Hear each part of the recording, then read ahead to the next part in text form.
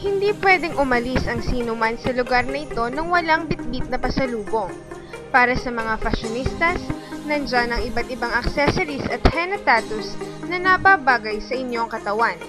Nariyan din naman ang mga printed t-shirts na magpapaalala sa kasiyahang naranasan nyo dito. Walang humpay na kasiyahan ang hatid ng lugar na ito. Sa paglubog ng araw ay kasabay naman ang nagtutugtugang bars. Iba't ibang gimmick ang ibibigay sa inyo dito tulad ng bikini open, mini concerts, gay shows, kantahan at sayawan. Siyempre, hindi mawawala ang walang humpay na inuman kasama ang sikat na Mindoro Stream.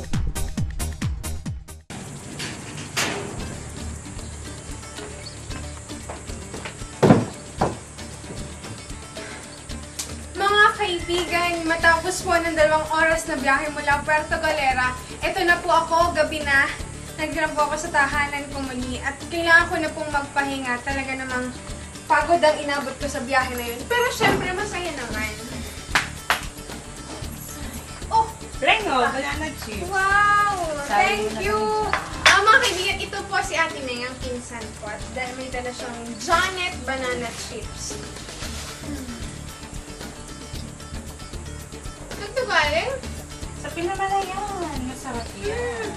Masarap tong pasalubong. Kumusta naman ang iyong ano? Ayun, nakakapagod. Pero masaya, may na-interview ako. Friends din. Taga-friends pala. Siya pa nga. Alam niyo mga kaibigan, masarap nga itong pasalubong. Kaya naman, para maiba, pupunta po tayo sa Pinamalayan para malaman at maranasan kung paano ba gumawa ng banana chips nito. Siyempre, hindi po ako matatahimik hanggat hindi ko binabahagi ang paraan ng paggagawa nito.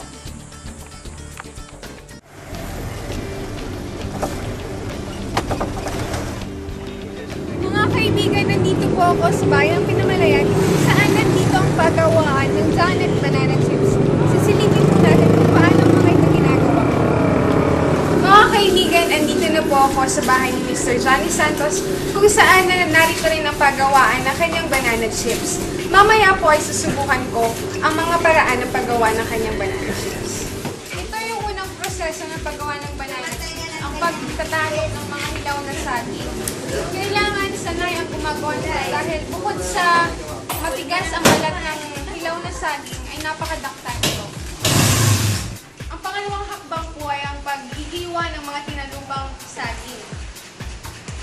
Ito po ay yung medyara na kung saan sa ibabaw nito ay merong kutsilyo na naka-screw na sa board para hindi ito gumalaw.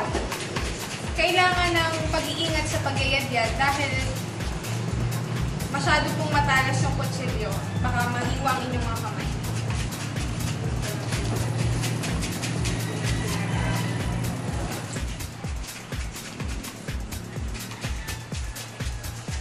Pagkatapos talupan at yadyanin ang mga saging, pupunta naman tayo sa loob upang lutuin ang mga ito. Ito na po ang susi ng banana chips kung paano ito sumasarap. Ito po si Ate Leonie, ang cook at ang tagaluto ng banana chips.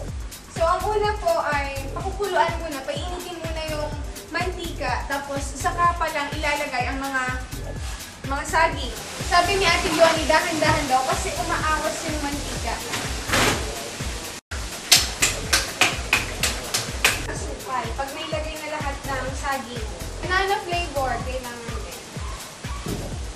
Ang mga saging, kailangan naman pong ahunin gamit itong salaan.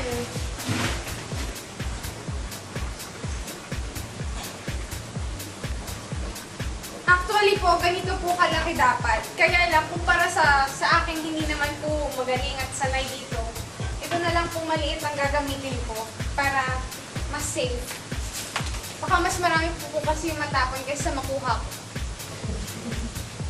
Matapos pong ilagay ng mga nasalang saging galing sa kawali, ayun po yung pagpapahangin. Kung mapapansin niyo po, may electric fan dito at nakahain sa malaking dilaw ang mga banana chips nito para po maghiwa-hiwalay ang mga saging.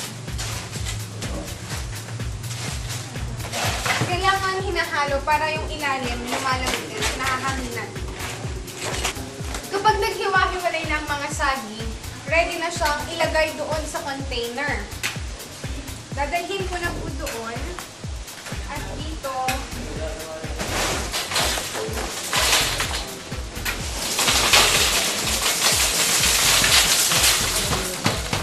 ayan.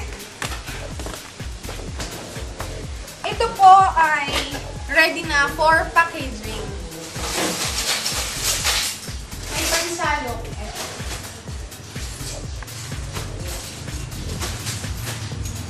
At syempre, para makasiguro na 30 grams lang to, may kiluhan din.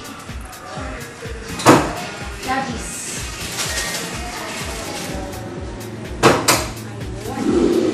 Ayan, okay na. Naranasan ko na po kung paano gumawa ng banana chips mula sa pagtatalog ng mga hilaw na saging hanggang sa packaging nito. Mission accomplished, mga kaibigan. Natunghayan niyo po ang kagandahan ng Oriental Mindoro. At dito na po nagtatapos ang aking programa at sana'y nasiyahan kayo sa pagsubaybay. Ako po muli si Franz Fortu para sa Mina de Oro Expedition. Hanggang sa muli.